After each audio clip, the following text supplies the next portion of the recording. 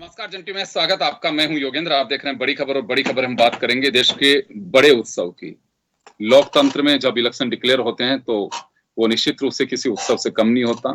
किसी को सत्ता की लालसा रहते हैं, किसी को तोड़फोड़ की लालसा रहती है, किसी को नारे लगाने की लालसा रहती है, किसी को कत्ल की रात का इंतजार रहता है। लेकिन हमें इंतजार है हमारे मत की बारी का, और वो होना भी चाहिए क्योंकि संविधान ने ये अधिकार हमें दिया है।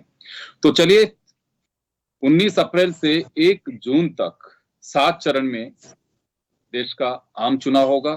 18वीं लोकसभा के गठन की प्रक्रिया शुरू हो चुकी है क्योंकि आचार संहिता लगने के साथ ही इसका काम शुरू हो जाता है और 4 जून को तय होगा कि देश की सत्ता किसके हाथ में जाएगी।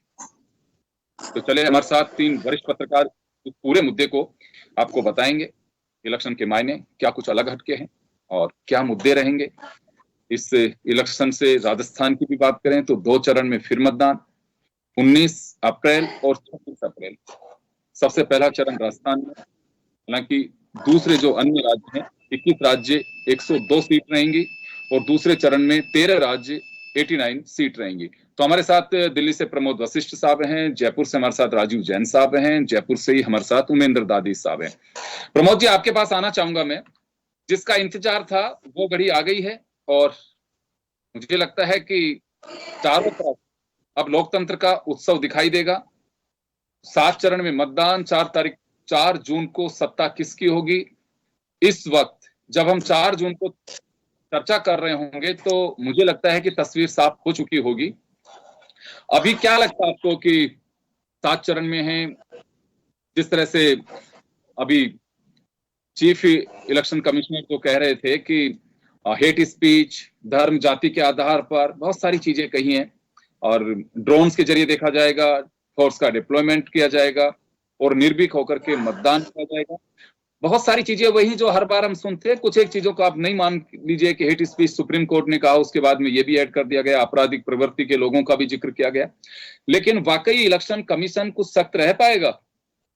देखो योगेंद्र जी, इस बार जो चुनाव आयोग की कॉन्फ्रेंस हुई है उसमें मुझे कुछ रुख बदला कहीं प्यार से, कहीं कम्बल में लपेट के लठ मारे हैं।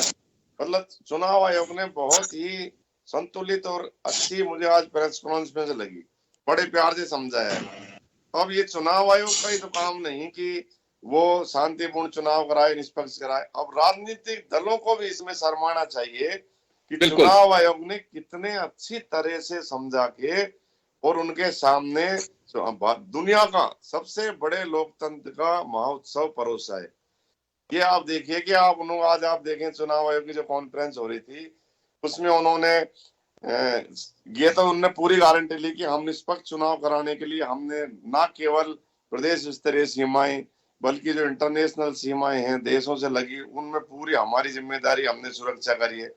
उन्होंने कहा कि हमने 2100 पर्यवेक्षक लगा के और पूरी तरह से चुनाव को पारदर्शिता लाने का प्रयास किया है।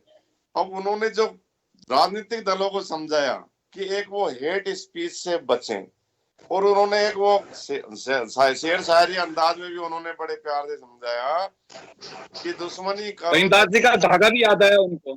हाँ, कि भाई दुश्मनी करो ऐसी करो कि जब दोस्त बनो तो आप शर्मिंदा ना होना पड़े, जब कभी दोस्त बनो तो। रहमान जी का उन्होंने वही बोला कि टूटे से फिर ना जुड़े तो जुड़े गांठ बढ़ जाए।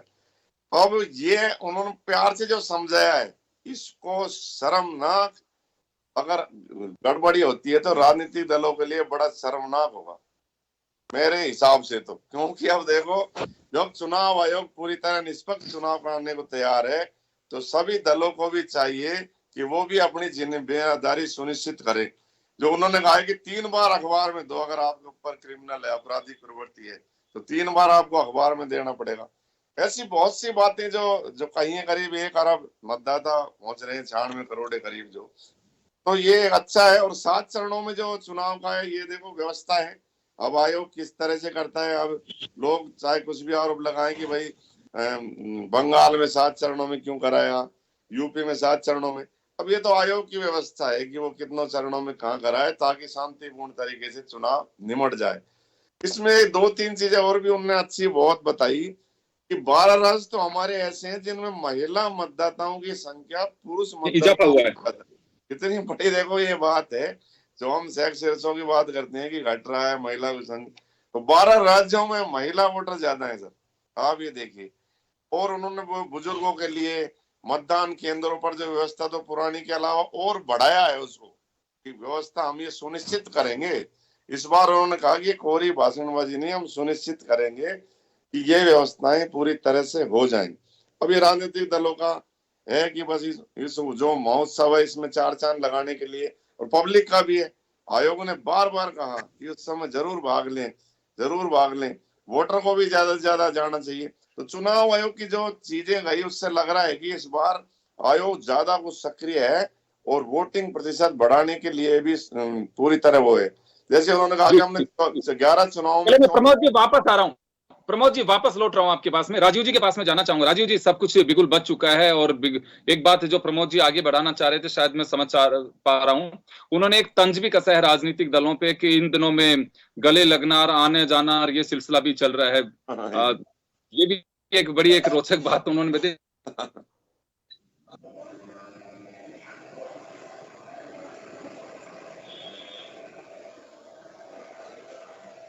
आवाज घटी आपकी। नहीं है कि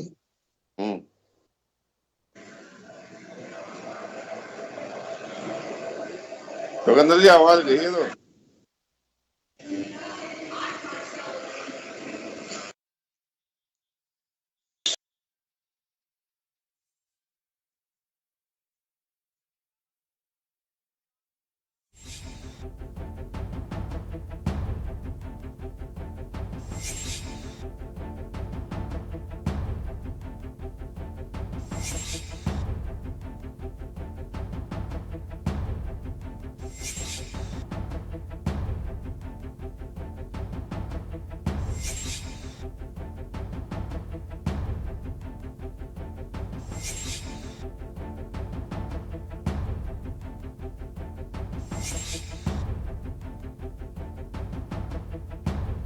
मैं आपका सवाल नहीं सुन पाया जो।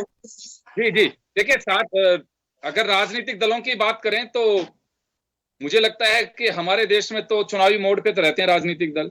ये सिलसिला तो शुरू हो चुका, आप और हमने कभी बचपन में देखा होगा, हालांकि बचपन ही, आज भी अपन इतने बड़े नहीं हुए हैं। तो वह जो दौर होता था इलेक्शन के आसपास से परवान पे देखते थे, लेकिन वो जो परवान हम देखते थे वो तो आजकल बिगनिंग में दिखाई देता है। तो आने वाले दिनों में ये सब चीजें रहेंगी। लेकिन यहाँ एक सवाल जरूर पूछना चाहूंगा, धर्म, जाति, हेट स्पीच, व्यक्तिगत आरोप प्रत्यारोप नहीं लगे, इन सब चीजों का कुछ लगता है आपको कि राजनीतिक दल को उससे समझ पाएंगे या फिर सबक लेंगे?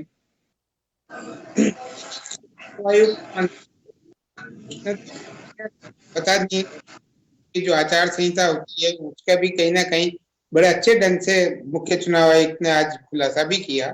लेकिन अब जिम्मेदारी राजनीतिक दलों की हो जाती है कि वो उस आचार संहिता की पालना किस रूप में करें। जैसे आपने कहा स्पीच, ये वो, ये ठीक है, प्रतिद्वंदिता होती है राजनीतिक दलों के बीच में, आपस में चुनावी लड़ाई है। लड़ाई में कई बार आरोप प्रत्यारोप के दौर भी चलते हैं और राजनीतिक दलों के ऊपर भी चलते हैं, भी चलते हैं। अंदर जो जो चुनाव होता है, जो स्थानीय स्तर पे चुनाव होता है, वो उम्मीदवारों के बीच में हो जाता है कई बार, जहाँ व्यक्तिगत टकराव की स्थितियां भी आ जाती हैं राजनीतिक टकराव के साथ साथ। तो बड़े स्तर पे राजनीतिक दलों के जो आरोप प्रत्यारोप, हेट स्पीच वाली बात है, तो वो बड़े नेता, लेकिन हम जो देखते हैं वो स्थानीय स्तर पर जो एक एक लोकसभा क्षेत्र में होता है। आप और हम तो सब ग्राउंड रिपोर्टिंग करते हैं किसी जयपुर शहर के क्षेत्र में, अलवर में, सीकर में, या वहां के जो स्थानीय उम्मीदवार होते हैं उनमें जो कटुता पैदा हो जाती है। और उसके बाद कार्यकर्ताओं में जो दोनों के समर्थक वर्ग भी होता है, उन समर्थकों में भी टकराव होता है। इन सब चीजों को टालने के लिए चुनाव आयोग कई तरीके के कदम भी उठाए हैं। अब उनकी पालना, जो कदम उठाए हैं उनकी पालना राजनीतिक दलों को ही करनी होगी। राजनीतिक दलों को जो अपने उम्मीदवार जो बना रही है, राजनीतिक दल जो उम्मीदवार बनाते हैं, उनको उम्मीदवारों तक ये बात पहुंचानी चाहिए कि चुनावी मैदान में कहीं इस तरीके की चीजें सामने नहीं आए। उससे राजनीतिक दल की ही आलोचना होती है, आखिर में जाके राजनीतिक दल को ही नुकसान उठाना पड़ता है। तो चुनाव एक शांतिपूर्ण तरीके से पूरे एक, मतलब भाईचारा तो मैं नहीं कह सकता कि चुनावी लड़ाई है, पूरे समय चुनावी धुंध चलता है, आरोप प्रत्यारोप, एक दूसरे की कमियां, गलतियां, खामियां बताई जाती हैं, वो बतानी भी चाहिए, और अपनी खूबियां, उपलब्धियां भी राजनीतिक दल बताते हैं। तो उसमें दूसरा दल, जो विरोधी दल होता है उनका, वो आरोप लगाता है कि नहीं इसने ऐसा नहीं किया, ऐसा किया, इनकी ये गलत नीतियां हैं। तो नीतियों पर और जो योजनाओं पे, कार्यक्रमों पे चुनाव लड़े जाए तो वो तो एक अच्छा है। मतदाता भी अब जागरूक हो गया है, क्योंकि चुनाव आयोग ने पूरी तरीके से आज की प्रेस कॉन्फ्रेंस में मतदाताओं को ज्यादातर इंगित किया है कि वो वोट डालने जरूर जाए। उनको आकर्षित करने के लिए चुनाव केंद्रों पे भी, कई मतदान केंद्रों पे भी कई सुविधाएं उपलब्ध कराई गई है। युवा वोटर भी बहुत जुड़ा है, तो युवा वोटर को आकर्षित करने के लिए उनके सेल्फी पॉइंट बनाना, ये करना, मतलब पानी की व्यवस्था करना। गर्मियों का समय रहेगा राजस्थान में, तो 1926 अप्रैल है मतदान की तारीख, तो आप निश्चित मानिए यहाँ अच्छी गर्मी पड़ेगी। तो एक मतदान का प्रतिशत बढ़ाना भी चुनाव आयोग के लिए, उस मशीनरी के लिए बहुत बड़ी, क्योंकि दुनिया का सबसे बड़ा लोकतंत्र का उत्सव अब अपने देश में शुरू हो गया है। आज से ही जब घोषणा हो गई तो वो एक प्रारंभिक दौर में शुरू हो गया। राजनीतिक गतिविधियां भी बहुत चल रही हैं, राजनीतिक दलों की बैठकें भी हो रही हैं, उम्मीदवारों का चयन भी हो रहा है, लोगों का अपने अपने, कई नेताओं को तो अपने राजनीतिक दलों से मोह भंग भी हो रहा है, वो दूसरे दलों में भी जा रहे हैं, आ रहे हैं। तो ये एक प्रक्रिया है सामान्य। ये ठीक है, कोई किसी राजनीतिक दल की विचारधारा से, किसी उसकी नीतियों से प्रभावित होकर उस दल में चला जाता है तो दूसरा आरोप लगाता है कि प्रलोभन में गया है या किसी दबाव की वजह से गया है। लेकिन होता है, नेताओं कार्यकर्ताओं की हृदय परिवर्तन भी होता है, अंतरात्मा की आवाज भी होती है, किसी का राष्ट्र प्रेम जाग जाता है, किसी की धर्मनिरपेक्षता जाग जाती है। तो ये सब अलग अलग मुद्दे हैं, इन लोगों, ये सब चुनाव के दौरान सब चीजें होती है हमारे देश में। और ये स्वतंत्र है, व्यक्ति स्वतंत्र है, वो किस राजनीतिक दल में जाए, किसमें काम करे, किससे चुनाव लड़े, और राजनीतिक दल भी किसको चुनाव में खड़ा करें। यहाँ तक आपराधिक गतिविधियों वाली बात है, चुनाव आयोग ने बहुत स्पष्ट किया है कि आपराधिक छवि के उम्मीदवार मैदान में नहीं आए, उनको वहाँ विज्ञापन और टीवी पे प्रचार भी अपना बताना पड़ेगा कि हमारे खिलाफ कौन सा केस है, कौन सा नहीं है, किस तरीके का है। उस पर फिर निर्णय चुनाव आयोग करेगा कि ये सही कैंडिडेट है या नहीं। और मतदाताओं की जागरूकता भी इससे जाहिर होगी, क्योंकि वो देखिए, अगर एज पर रूल्स, राजीव जी, एज पर रूल्स जो सजा याफ्ता कोई भी 3 साल या उससे अधिक की सजा किसी को, नॉन कॉग्निजेंस वेलेबल ऑफेंस जो हैं, उन्हीं के अंदर आप इलेक्शन लड़ने से रोक सकते हो। अदरवाइज किसी पे मुकदमे हैं, ट्रायल में चल रहा है, तो रोका नहीं जा सकता। आप स्क्रीन पे जरूर दिखा सकते हैं या अखबार में दे सकते हैं कि मेरे खिलाफ अमुक ये केसेज हैं, जिसकी जानकारी आपको देनी है लोकसभा इलेक्शन के फॉर्म के अंदर, तो वो दे सकते हैं। क्योंकि राजनीतिक दलों से कई बार बात होती है, हम और आप सभी बात करते हैं राजनीतिक दलों से, उनका एक ही कहना होता है कि देखिए साहब, ये चुनाव है, चुनाव में अब जरूरी नहीं है कि हमें ये देखना होता है कि जिताऊ कैंडिडेट कौन है। तो हम तो कई बार कहते हैं दागी हो या बागी, जिताऊ होना चाहिए।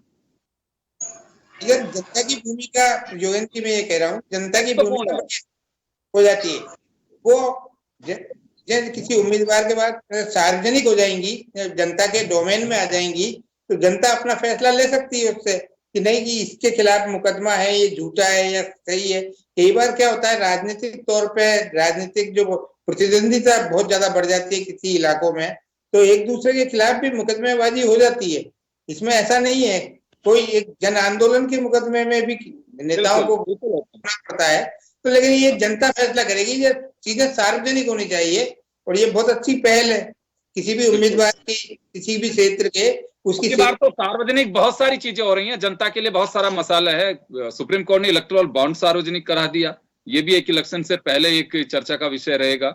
और आपराधिक रिकॉर्ड के लोग कौन किस पार्टी से चुनाव लड़ रहे हैं वह भी आपको ध्यान में रखें, क्योंकि जनरली लोग ये मान के अच्छा ये कैंडिडेट है, लेकिन उसकी पृष्ठभूमि क्या है वो भी देखी जाएगी। मैं उमेंद्र जी आपके पास में आना चाहूंगा। राजस्थान में 2 चरण में, देश में 7 चरण में, और बिगुल बच चुका है।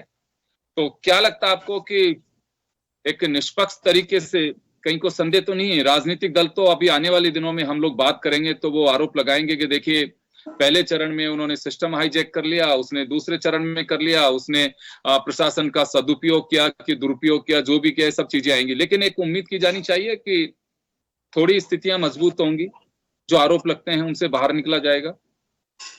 देखिए योगेंद्र जी, आरोप प्रत्यारोप तो कोई रोक नहीं सकता जी। बात यह है कि राजनीतिक दलों का मुख्य दायित्व होता है, चाहे बीजेपी हो, चाहे कांग्रेस हो, चाहे कोई भी दल हो, कि शुचिता की राजनीति करें। वो ये देखे कि दागी और बागी को टिकट नहीं दे, ये तो उनको निर्णय लेना है। लेकिन चुनाव आयोग के चुनाव की व्यवस्था कर सकता है। दागी है, बागी है, जो उसने चुनाव में कुछ गड़बड़ की तो उसके लिए इलेक्शन पिटीशन होती है, चुनाव आयोग से कोई तत्काल। चुनाव आयोग एक क्लियर है, जिसके न नख है न दांत है, केवल आंख ही आंख के बल पे जो काम कर सकता है। तो सबसे बड़ी आवश्यकता तो इस बात की है कि चुनाव आयोग को पावरफुल बनाना चाहिए, इसको कुछ ऐसी शक्तियां भी देनी चाहिए कि जो दागी बागी पे कार्रवाई कर सके।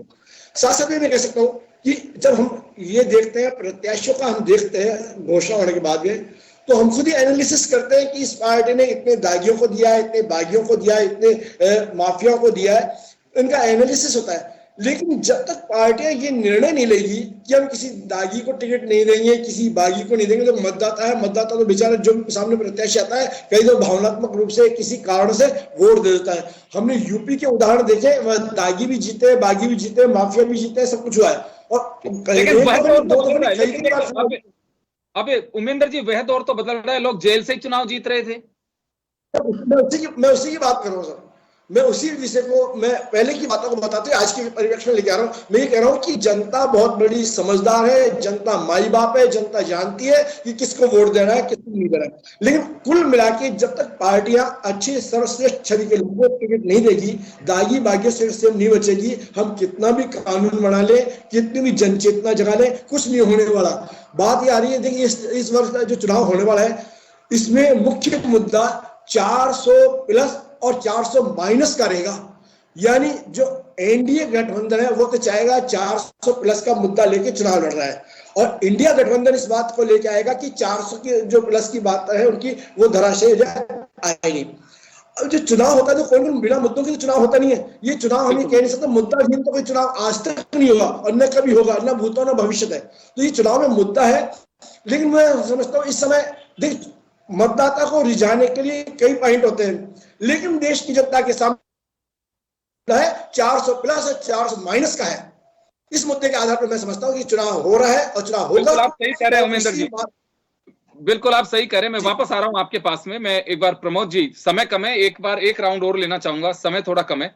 प्रमोद जी आपके पास में आना चाहूंगा। ये बात सही है कि जो अब की बार 400 पार एक बीजेपी का नारा चल रहा है, उमेंद्र जी सही कह रहे हैं कि चुनाव इसके इर्द गिर्द मान के चलें कि बहुत सारे मुद्दे रहेंगे। ना, ये कोई मुद्दा थोड़ी है कि 400 पार 400, ऐसे कोई मुद्दे नहीं होते।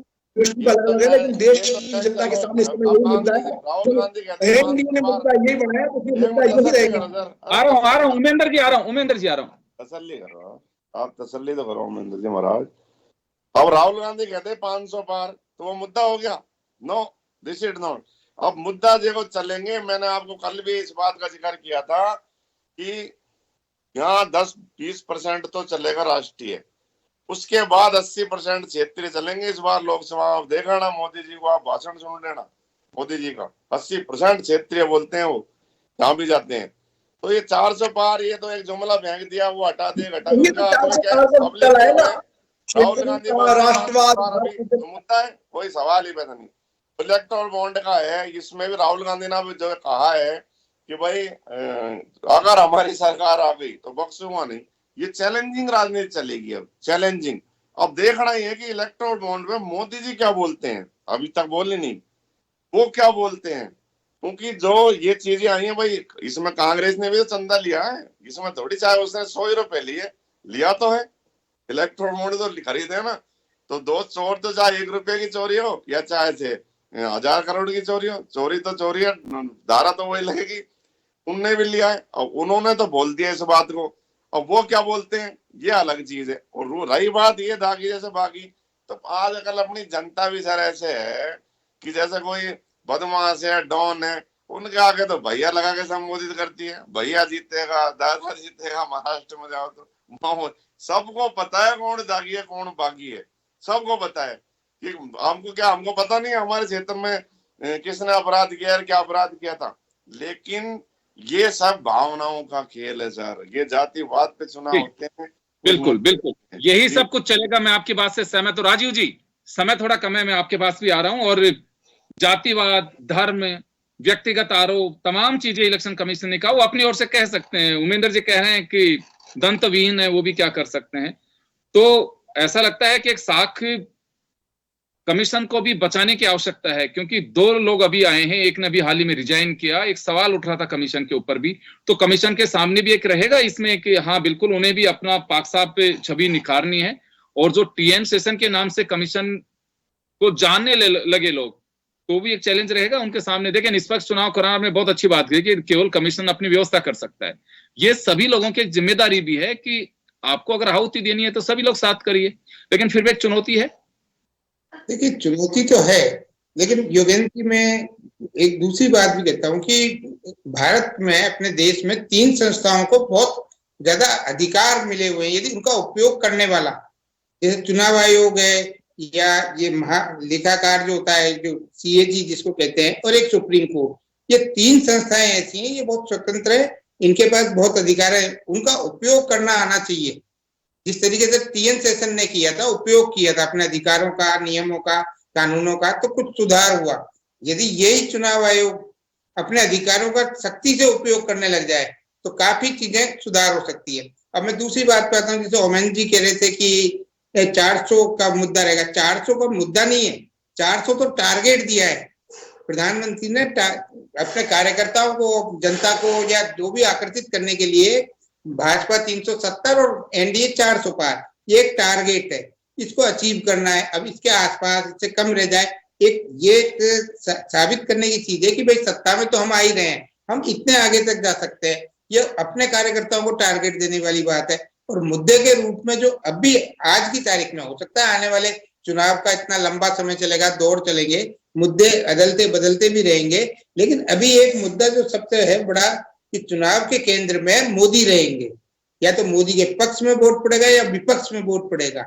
इस वक्त की तो ये स्थिति है कि या तो मोदी को का जो समर्थक वर्ग है वो अपने साथ और कितने लोगों को जोड़ लेता है, तो जो टारगेट दिया है उसके करीब तक पहुंच जाए या उसके पास है, या विपक्षी दलों का जो विरोधी दल है वो अपने मुद्दे किस तरीके से जनता के सामने रखते हैं कि वो जो टारगेट दिया उसको रोक लें, या अपने मोदी के खिलाफ में ज्यादा समर्थन जुटा लें।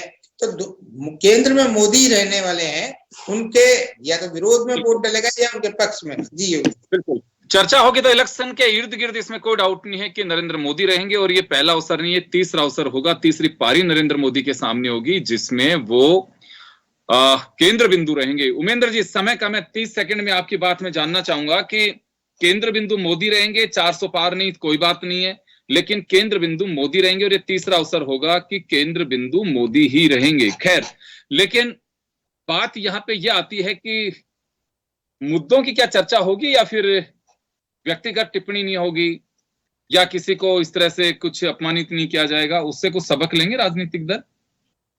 देखिए योगेंद्र जी, जो मुखिया होता है वही नेतृत्व करता है। पहले अटल जी के नेतृत्व में चुनाव होता था, अब मोदी जी के नेतृत्व में होगा, तो कोई खास नई बात नहीं है।